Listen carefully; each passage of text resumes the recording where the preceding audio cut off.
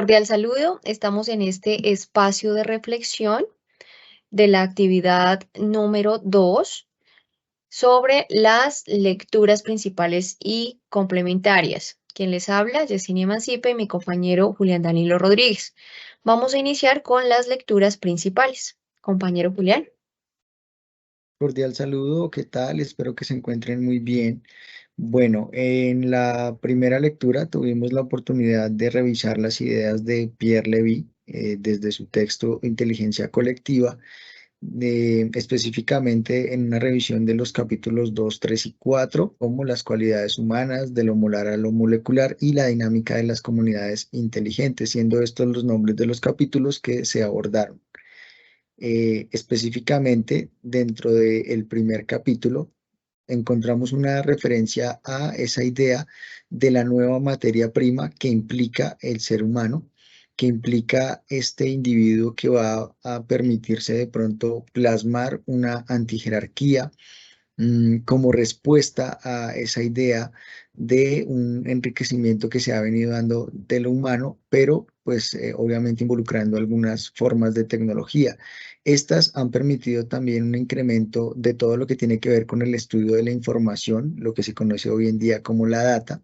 Estas son como algunas de las ideas que se tomaron y, por ejemplo, a modo de categoría, hablamos de esa data como esa posibilidad inmensa donde no solamente existe una forma de lenguaje, ya que nos permite identificar que no solamente se permite un lenguaje unidireccional o lineal, pues al mismo tiempo convergen en esta forma de ciberespacio todas las formas de lenguaje desde las diferentes culturas, desde los diferentes lugares del planeta, y esto va a permitir hacer un crecimiento o generar un crecimiento exponencial en todas esas formas de comunicación. Asimismo, esta misma idea plantea que en este caso la victoria de los grupos va a estar dada para aquellos que sienten placer por el trabajo que realizan. Entonces, esto va a permitir, obviamente, afianzar esas ideas económicas justamente desde lo que se entiende como lo molar y lo molecular. En tanto a lo molar, es importante recordar que tiene que ver con todo lo que se considera incierto, lo que se considera aleatorio o lo que se considera que no tiene referencia con una reflexión hacia la organización misma en tanto sociedad y en tanto pues uso de la tecnología, que va a ser practicable y que va a permitir justamente pues tener toda esa intervención. También pues se habla de una ingeniería política entendida como vida, materia, información, y hablamos en referencia pues de todo lo que se traslapa y genera estos colectivos humanos del ciberespacio. Continuando, pues tendríamos el último capítulo al que se denomina Dinámica de las Comunidades Inteligentes. Aquí se hace referencia a una técnica política entendida como esa forma de involucrar nuevamente la tecnología en esa organización social que permita pues una democracia en tiempo real, y participativa desde todos los diferentes colectivos. Se habla de un multílogo, es decir, ya no un diálogo como tal, sino una comunicación entre un grupo de personas, obviamente pues de manera contemporánea, y lo cual va a generar un sentimiento de poder y de potencia. La segunda Compa- lectura es de los autores Fernando Vizcarra y Liliana Paola Ovalle. En esta segunda lectura planteamos eh, tres categorías de análisis, las cuales son el tiempo y el espacio, la realidad y la virtualidad y los códigos identitarios, los cuales vamos a ver uno por uno. En el tiempo y el espacio vamos a nombrar a uno de los autores, a Bauman, quien nos dice que el movimiento de la información sufrió una aceleración mucho mayor que la de los cuerpos o los cambios de las situaciones sobre las cuales se informaba.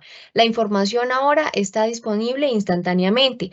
Para que esa información esté en esta disposición, hubo unos medios que ayudaron a eso, medios como cuáles, como el periódico, las fotografías, la televisión, el celular, la internet y el computador, la misma radio, el cine que ayudaron a que podamos disponer de esa información Definimos una categoría de realidad y virtualidad, en donde lo virtual se refiere a lo irreal o lo opuesto a la realidad, lo opuesto a lo material y a lo tangible.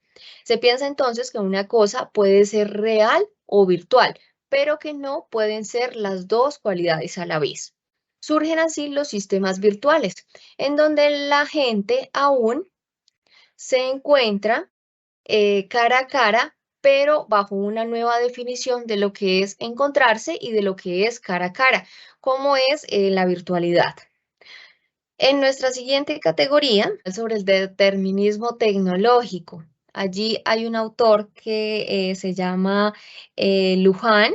Luhmann refiere que cualquier tecnología es una extensión de nuestro cuerpo, de nuestra mente o de nuestro ser, pero también se dice que no toda innovación es un progreso. En espacios como cuáles o en aspectos como cuáles, los de los robots, el transhumanismo y los cyborgs. La información, la comunicación y el ocio, por citar algunos de los ejemplos, son concebibles como mediación de las máquinas. Y Pierre Levy también hace uno de los aportes donde sostiene que la palabra virtual puede entenderse al menos de tres maneras: en un sentido técnico, ligado a la informática, en un sentido filosófico y en un sentido de uso común. En nuestra siguiente categoría, vamos a hablar sobre los códigos identitarios, lo que identifica a una sociedad, a un grupo o a una comunidad. Entonces, a modo de ejemplo, consideramos el código identitario de la generación X y la generación Y, en donde se caracterizan por algunos aspectos que son diferentes de los demás, en su modo de vestir, en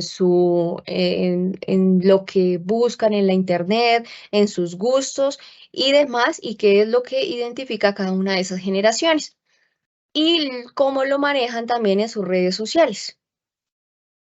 Con nuestra primera lectura complementaria, pudimos involucrar también la perspectiva de George Siemens desde el año 2004, que con su texto El conectivismo, una teoría de aprendizaje para la era digital, plantea algunas ideas muy aterrizadas también desde lo que pues vimos anteriormente en las categorías que nos permitimos establecer, por ejemplo, con la lectura de Levi o con las ideas que se pudieron observar allí. Entonces, en síntesis, pues se trata de un aprendizaje que se plantea solamente dentro de las principales corrientes o enfoques pedagógicos como algo que solamente se aplica para lo que está o para lo que son las personas y dentro de ellas. No se plantea de pronto una posibilidad de aprendizaje para las tecnologías o para las organizaciones que son susceptibles también de tener un aprendizaje, como lo hemos visto en recientes avances tecnológicos. Asimismo, pues desde las categorías que tuvimos en las ideas de Levi, específicamente multilenguaje, que fue una de ellas, nos permitimos elaborar las siguientes dos preguntas. La primera, ¿es posible una idea a propósito del multilenguaje desde las ideas de Siemens? ¿Cuál en este caso? Y la segunda, ¿existe alguna alternativa para superar dificultades en medio de ese multilenguaje?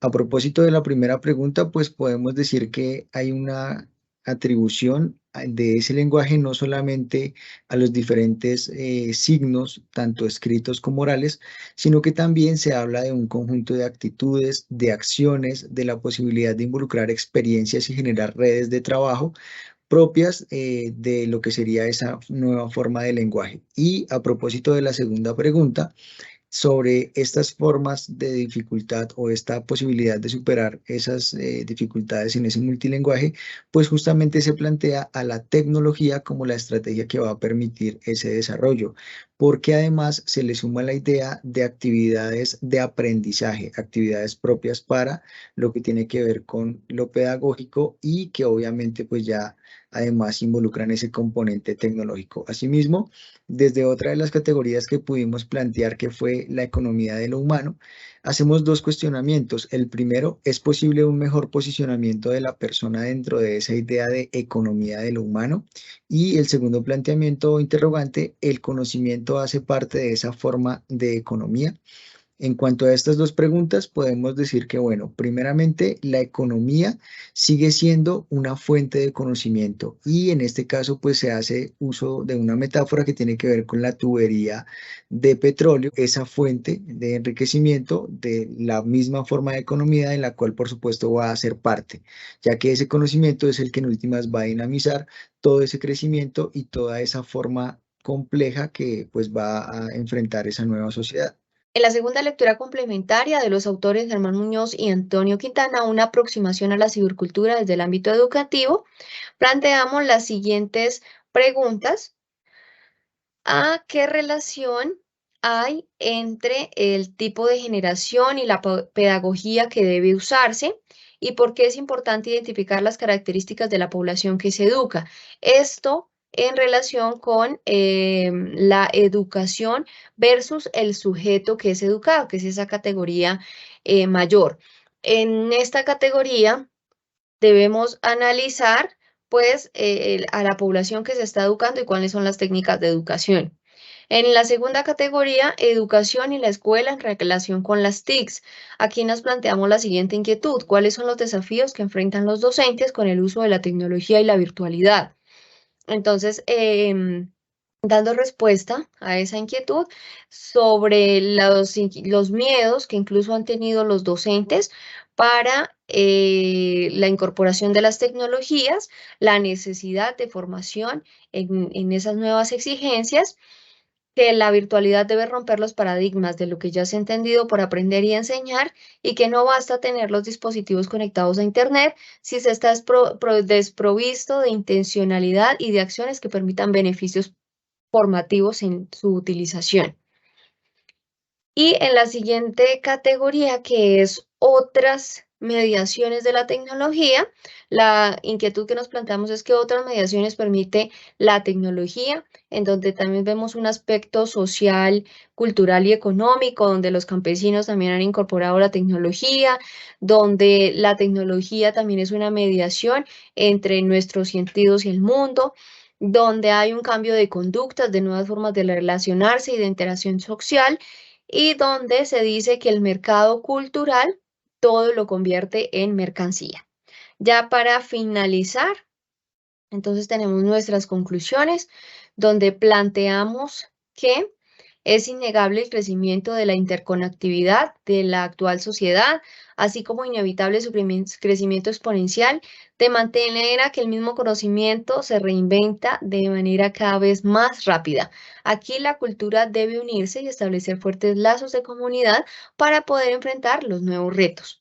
Asimismo, pensamos que las tecnologías han permitido, sin lugar a duda, un crecimiento importante de la sociedad. Sin embargo, no todo es positivo y por ello debe haber mucha responsabilidad y sentido ético en las producciones tecnológicas.